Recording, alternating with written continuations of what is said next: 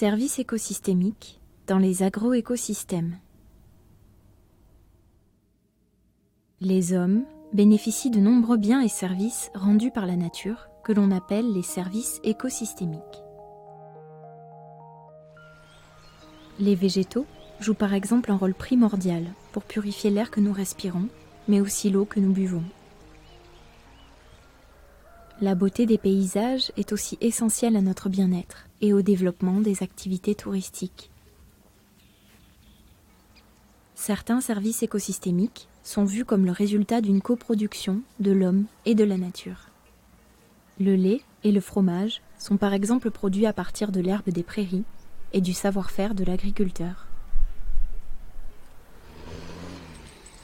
Le bois d'œuvre, le bois de chauffage ou encore le bois servant à la fabrication du papier sont issus des forêts et du travail du forestier.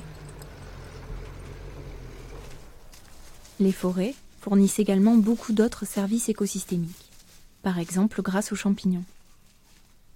Il existe un très grand nombre d'espèces de champignons et particulièrement dans les forêts. Ces champignons jouent un grand nombre de services différents. On peut citer par exemple les champignons qui recyclent la matière organique, comme celui-ci, et qui aident donc à récupérer les éléments nutritifs qui sont contenus dans le bois mort.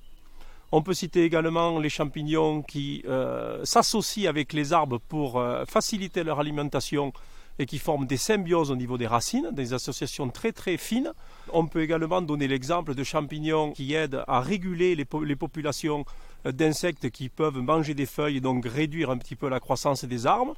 Et puis enfin, on peut citer les champignons comestibles qui représentent une fraction assez petite de l'ensemble de ce grand groupe des champignons, mais qui néanmoins est non négligeable pour les relations sociales entre la forêt et puis les habitants. Le ramasseur de champignons, l'agriculteur, le forestier ou le touriste n'ont pas forcément les mêmes attentes. Il est donc souvent nécessaire qu'ils fassent des compromis pour bénéficier de ces services. C'est là l'un des enjeux de l'agroécologie et de la gestion forestière intégrée de les aider à établir ces compromis.